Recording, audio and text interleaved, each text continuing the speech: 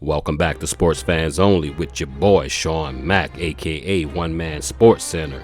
Today I'm here to talk about the NBA Finals. I don't do a lot of content on the NBA Finals and football and certain things like that as it's going on during the season, but I'm in there like swimwear. I'm a big NBA fan. NBA is my favorite sport, followed by football, but I can tell you this, football is catching up to basketball the older I get in the way that they're playing basketball right now. But nevertheless, the NBA Finals start in a few days, the 2024-2025 NBA Finals, the Indiana Pacers versus the Oklahoma City Thunder, and I tell you, this is going to be a good matchup.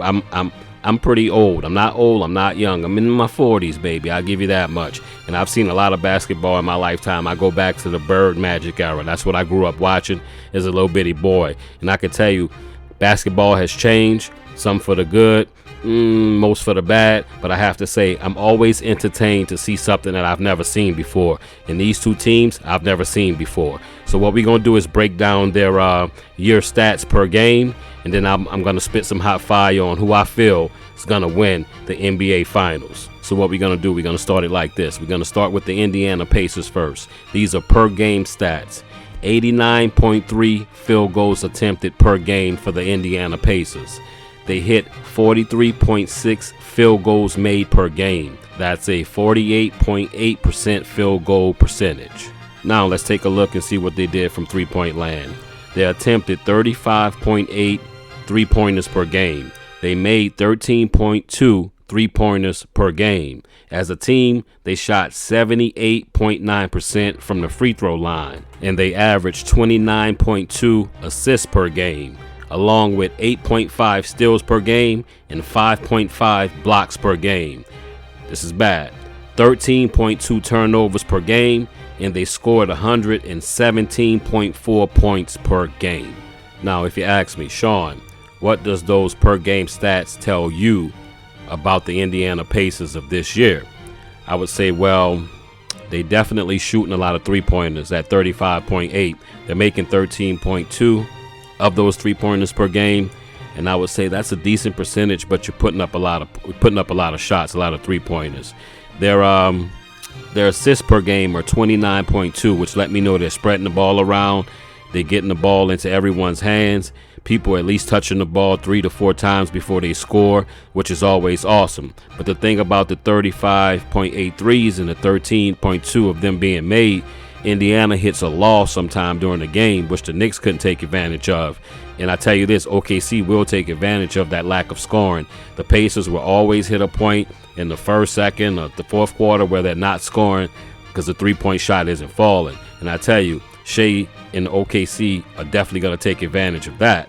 Now, let's take a look at, first, they're averaging 17.4 points per game.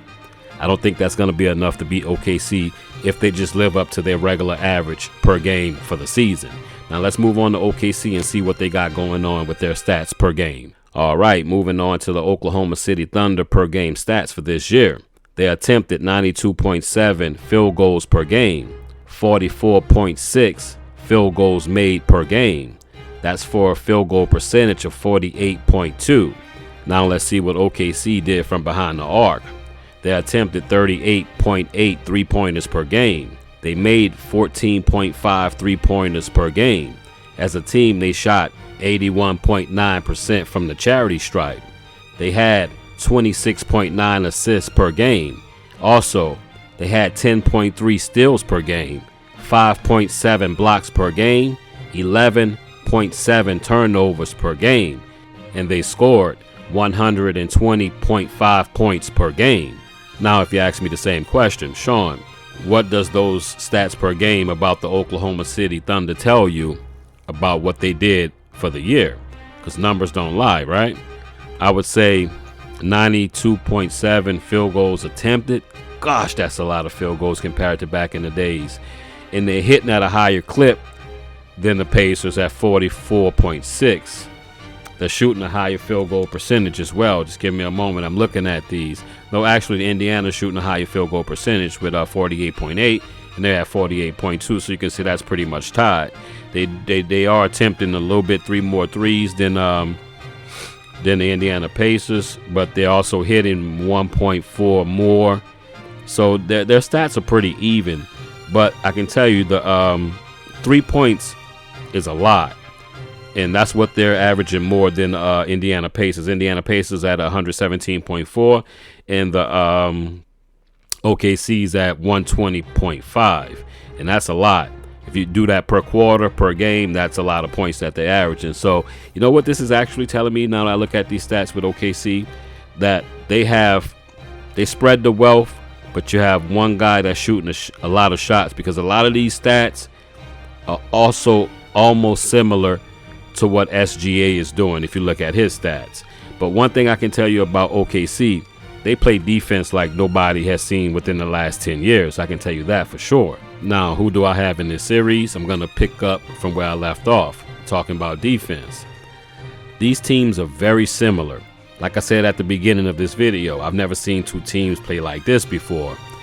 You know, you had run and gun and stuff like that back in my days and growing up and, you know, watching sports as a team, but nothing was like this. These teams play positionless basketball, meaning you can't really tell who's the point guard, the shooting guard, the forward, the center, or the power forward, because they're all just interchangeable, right? They could just intertwine. Whoever gets the ball off the rim can push it, not like back in the days when they're looking for the outlet pass to the point guard. They'll kick it to someone to push it up further, but that person that get the rebound pretty much on both teams can push the ball. Now, what do I see the difference? Because they're mirror images of each other, but it's like one of them things where they, in the paper, right, those puzzles where they show you two things and they say spot the differences in between the picture, and what the difference is between OKC and the Indiana Pacers is this: it's defense. It's defense. It's defense, and I think Shai can outplay Halliburton. That's my belief. I believe Shai can outplay him. But what it comes down to is this: OKC has some of the best defense that I've seen within the last 10 years. And they remind me of the early Pistons from 2000, the Pistons team with Chauncey and Rip, Tayshaun Prince, Ben Wallace, Rasheed Wallace, and all them boys. They remind me of them. What I mean by that is they all can kind of play a position on defense. They don't have to always stay when the pick comes. They don't always have to get off the pick. They could stay on it, or they could just swap men. It doesn't really matter, because they have that positionless basketball where everyone's long, everyone's tall, and everyone's athletic. They get after that ball like no other team is doing right now in today's game.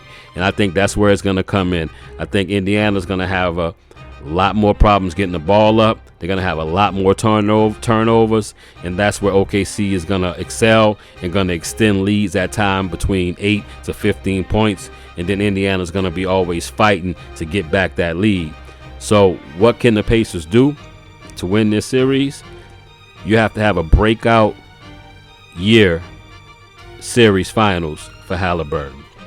He's already trying to become that dude from what he did with the Knicks, but he has to have a breakout series where we look up and say, wow, this guy's actually outplaying Shai. He's outplaying Shai. And that's the only way that can happen. He has to have a out-of-body experience and do something kind of like what Dwayne Wade did when he played against the Mavs that time. He just was doing things. I was like, I didn't think he was capable of doing those things. So I have OKC winning this series in 6 games, and Shai Gilgeous-Alexander will be the Finals MVP, and he'll be the new face of the league. That's just my opinion. On that note, I've been Sean Mack, and this is Sports Fans Only. Holla, aka One Man Sports Center. Holla.